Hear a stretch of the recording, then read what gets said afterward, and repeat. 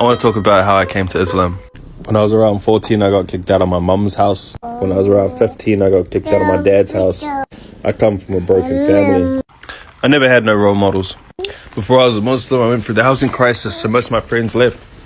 The only thing I really had to look up to was doing it for myself, because nobody else cared. And that was to set up to the life direction of that. As years go by, you start to realize that everything's just a waste of time. Then every once in a while, you're offered something that you almost cannot refuse. A means to get out of a rat race, or at least the situation that you're in at the moment. And that's the place where I was in. We start there. Before I went down that rabbit hole, I decided to myself that, well, I believe in God, so if I can find God, I'll go sit there.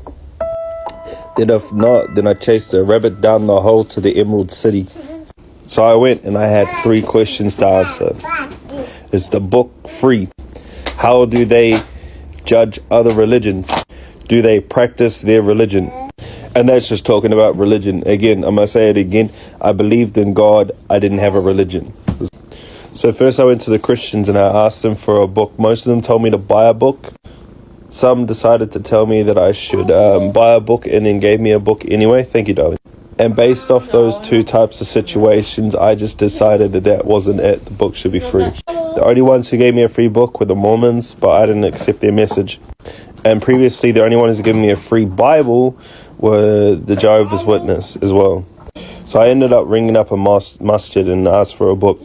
And the reply was basically like this: I can give you a book, but there's no point in me giving you a book if you're not seeking anything. Because if you read it, perhaps it will just be pages.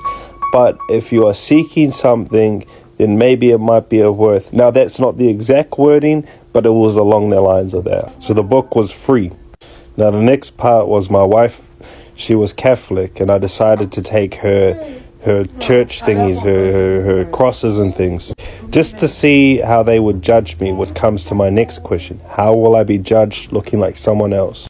So I went into the masjid and I was asking, can I wear these things? Can I wear that? And they were fine with it. I looked around at the community that they're in, and there was not any harsh judgment per se, or at least that I could see. Now, there were narrations given to me about Isa and how Jesus is a prophet, not a god, and all this and that. Yeah. Anyway, so yeah, that kind of helped my second question. So my third question is, how do they practice? So for the next 3 days, I decided to go to the masjid, and I just watched the people, and I watched and I watched and I watched. And on the third day, it made sense that I might as well become Muslim, because it's literally everything that I'm looking for. So I took my shahada and then became a brother. Now, they tell you not to judge a Muslim, but look at Islam, because Islam is perfect and a Muslim is not. Coming to Islam was easy. It was simple. And I'm told, what? Don't look at the Muslim. Subhanallah. Assalamu alaikum.